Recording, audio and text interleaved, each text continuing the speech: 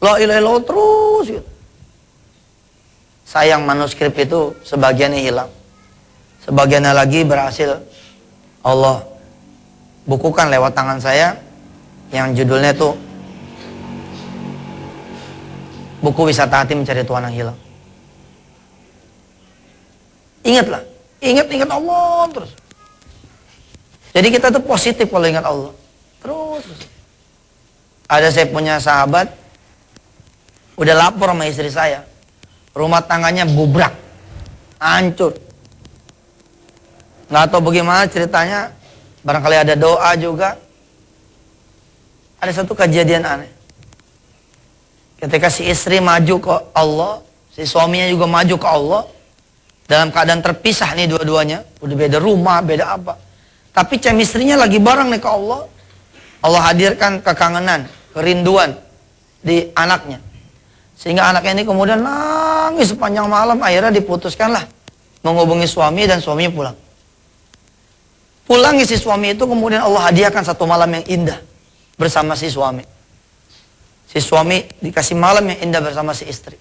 Setelah itu nggak ketemu lagi. Ternyata malam itu istrinya hamil. Istrinya kemudian memberi kabar, udah jalan 7 minggu katanya. Isi perutnya. Kemudian si suami balik lagi dan berkumpul dengan cara-caranya Allah. Luar biasa.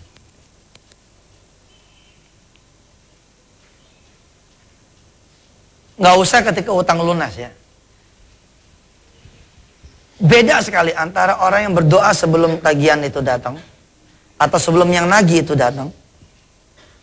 Sama ketika orang yang nagih ngomong begini, baik dah, saya kasih waktu Anda 30 hari. Awas ya. Kalau dalam 30 hari nanti Anda tidak bisa menyelesaikan, lihatin apa yang akan saya lakukan kepada Anda.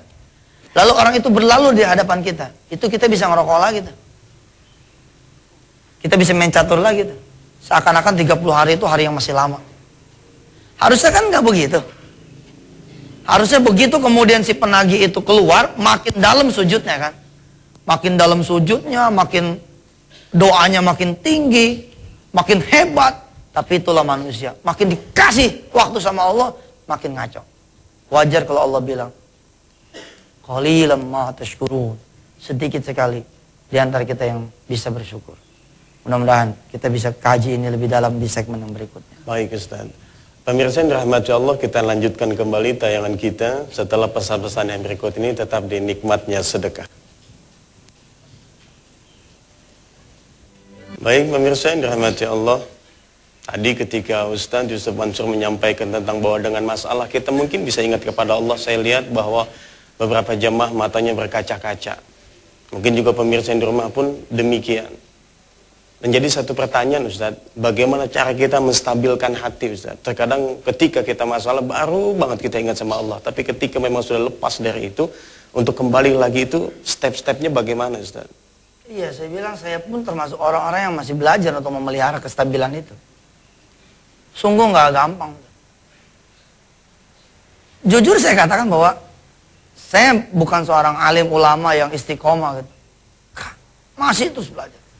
Saya masih memerlukan petir itu, jebret baru, gitu. Ceger baru, gitu. Tapi saya bilang it's fine lah, itu oke lah untuk kita yang memang masih belajar. Yang mudah-mudahan Allah dengan menambah usia kita, menambah pengalaman hidup kita, semakin hari semakin kita benar-benar kita ke Allah bukan karena takut kita punya masalah nggak selesai, tapi karena kita ingin selalu dekat sama Allah Subhanahu Wa Taala. Saya bilang Ustaz Albar ya bahwa saya seorang yang masih belajar. Sampai hari ini saya masih belajar. Saya masih belum bisa. Dan tapi saya akan berusaha bagaimana caranya saya bangun malam itu karena istri saya masih hidup.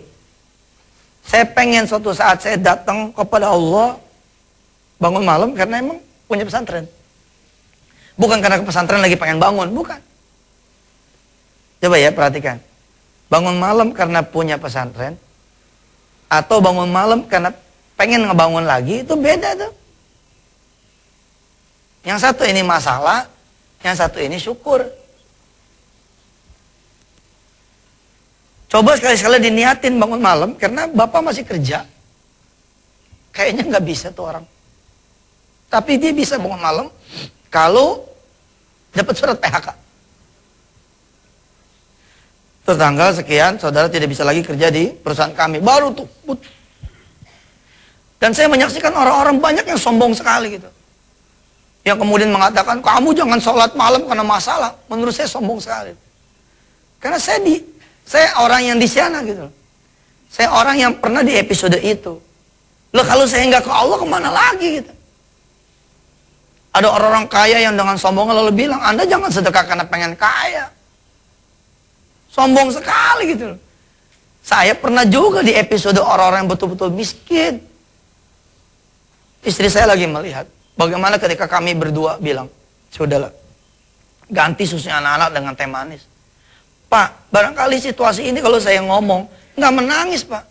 Tapi dulu ketika anak saya memang nggak ada susu, kita ganti sama teh manis, kita nyesek Pak. Kita jadi bapak nih nyesek. Menyaksikan anak kita sakit, kita nggak bisa bawa dia. Karena kita takut ditagih yang cuma bidan 5.000, 10.000, kita nggak punya duit. Untuk makan, kemudian kita sampai lari ke ladang. Lalu kita bilang sama si ladang, ini saya bantuin sebentar Pak, supaya saya bisa metik 1-2 batang. Cosim, batang kangkung untuk kita rebus. Makanya saya bilang ya, anak-anak sekarang ibu bapak ya, ajarkan dia kesusahan. Betul-betul anak-anak tuh ajarkan kesusahan. Supaya dia mengenal Allah Tuhan. Oke lah anak-anak kita pakaikan dia mobil, dia kita pakaian bagus. Someday itu harus ada episode di mana anak-anak kita tuh harus dia naik angkot. Harus bersusah payah jalan, harus. Dan demi Allah ya, Allah tuh bisa masuk lewat pintu apa saja. Tentu saja lebih bersyukur lagi saudara-saudara semua bila Allah masuk ke diri Anda semua lewat pintu kekayaan, pintu kesehatan, pintu lunas utang. Bersyukurlah. Tapi saya bilang jangan kalah bersyukur buat Anda semua yang saat ini masih di dalam penderitaan. Betul-betul. Allah akan datang menemani dan tidak ada lagi sebaik Dia yang menemani. Saya pernah gagah mengatakan ke atas langit itu.